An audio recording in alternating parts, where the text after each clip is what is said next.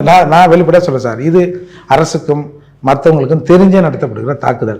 மூர்த்தி Armstrong மாதிரி மூர்த்தி சாகரன்னு திருமாவளவன் நினைக்கிறாரு.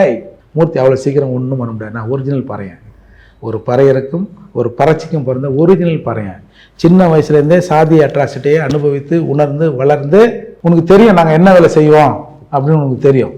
அதால் சும்மா இந்த கூலிப்படை வைக்கிறது ஆம்ஸ்டாங் மாதிரி பண்ணிடலாங்கலாம் நினைக்கிறதெல்லாம், ஒரு மூர்த்தி செத்தால் 1000 மூர்த்தி உடனே இருப்பான்.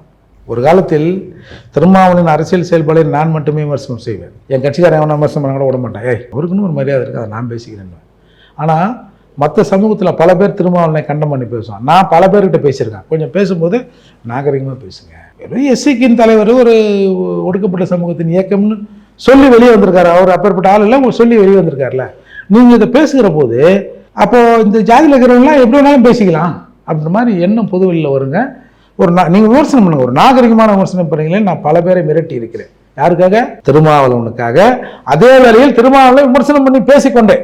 திருமாவளவன் அரசியலை விமர்சனம் பண்ணி பேசிக்கொண்டே திருமாவளவனை தரம் தாழ்ந்து பேசுகிறேன். நான் மிரட்டி இருக்கிறேன்.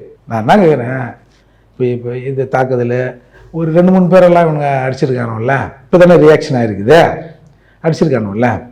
காடுவட்டி குரு, டேய் பொட்டை மாதிரி பேசாதடா, உனக்கு தைரியம் இருந்தால் ஒத்தை நில்டா, கிளிக்கி வச்சு பார்க்குறவன் நீடா அப்படின்னு கண்ணாமனு.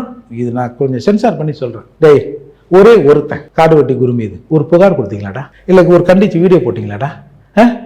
சரிடா, புகார் கூட கொடுக்குறாடா. புகார் கொடுத்தா உன் பேர்லாம் தெரிஞ்சிடா. ஒரு மொட்டை கட்டுராசி, அட மொட்டை பயிலா, ஒரு மொட்டை கட்டுராசி போடுவதற்கு உங்களுக்கு தைரியம் இருந்ததா?